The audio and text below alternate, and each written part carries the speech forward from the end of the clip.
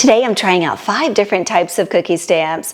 We'll start with the classic style where I'll show you how to use and decorate with regular types of stamps. Then we'll move on to some more unique ones that maybe you haven't seen before. Let me know which one is your favorite. Let's get started.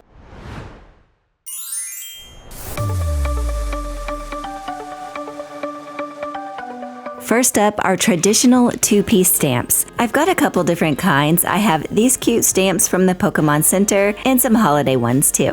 I start by rolling out my dough between 2 pieces of parchment paper using a guided rolling pin. Then I chill the sheet for about an hour. Once it's nice and cold, I bring it out and I let it soften for about 5 to 10 minutes so it's firm but still soft enough to stamp. Dust the stamp with flour and press it into the dough, making sure to press evenly. Then cut around it with the cutter.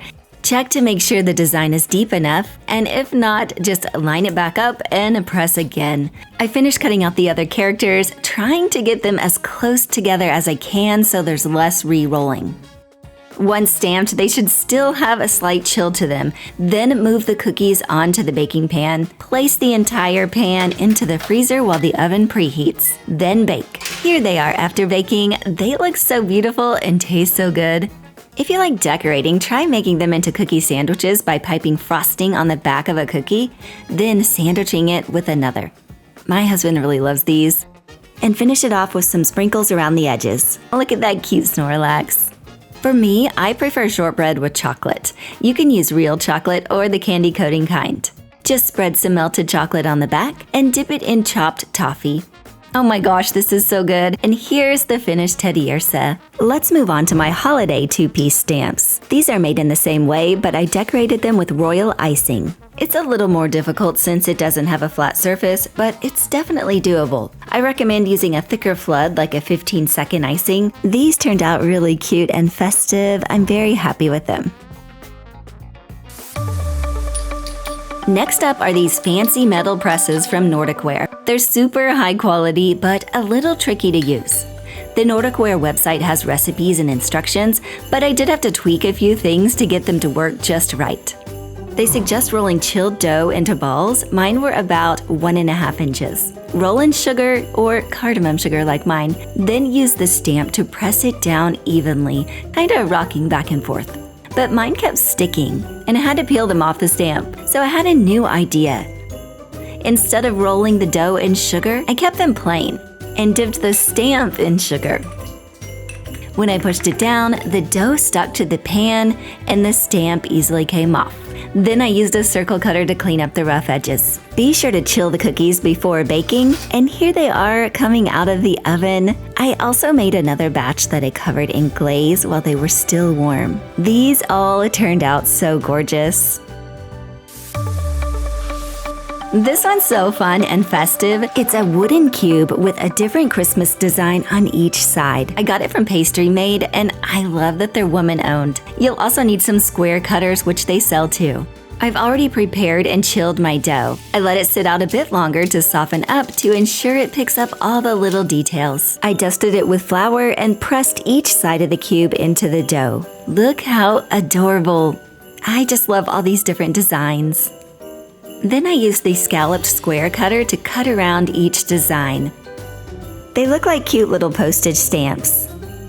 This one's different than before. You'll want to pull off the excess dough and move the piece of parchment paper onto the baking pan, then pop that into the freezer to chill and then bake. After baking, I added tiny red and white dots around the outer edge. And I am obsessed with how festive these are. They turned out even better than I expected.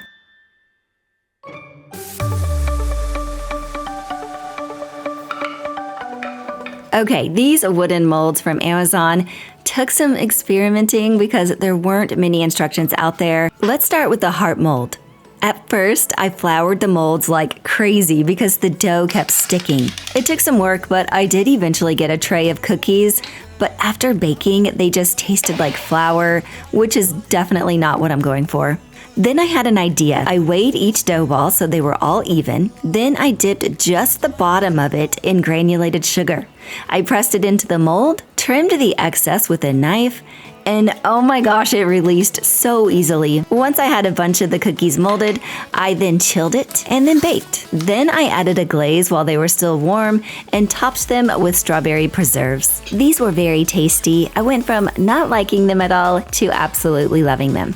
The reindeer mold worked the same way. I floured it and tried dipping it in granulated sugar like before, and the granulated sugar worked the best. They turned out really cute, but they were a little too thick for the recipe I was using. To help with flavor, I added a bit of royal icing to the back. I think I just need a different recipe for this one, but still, how adorable are these? Right after I filmed this, I saw the best video on Instagram where she used a similar mold to this one, but she put a filling inside of it before baking. I think it was like a jam. So I just think it was the best idea. So I will link her video down in the description box for you to see. And last up are these really pretty embossed rolling pins. I've got a classic scroll pattern that I've had for years and a newer butterfly one from Pastry Made.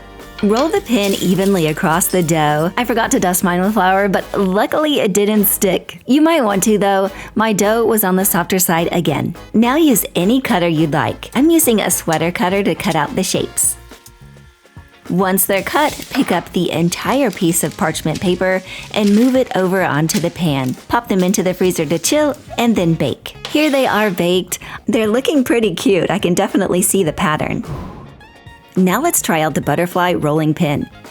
Same process, roll it onto the dough, cut out with a cookie cutter, transfer it to the pan, chill them, and bake. And after baking, I wanted to try a light pink glaze. So I mixed a tiny bit of pink food color gel into my glaze and brushed it over the top and let it dry. And here are the finished cookies. The pink glaze doesn't show the pattern quite as well as the plain one, but both are really pretty. And that is all 5 cookie stamps. These were so much fun to make, and I have loved experimenting with all the different cookie stamps.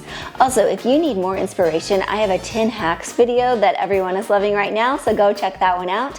And I will see you all again next time. Bye, everybody.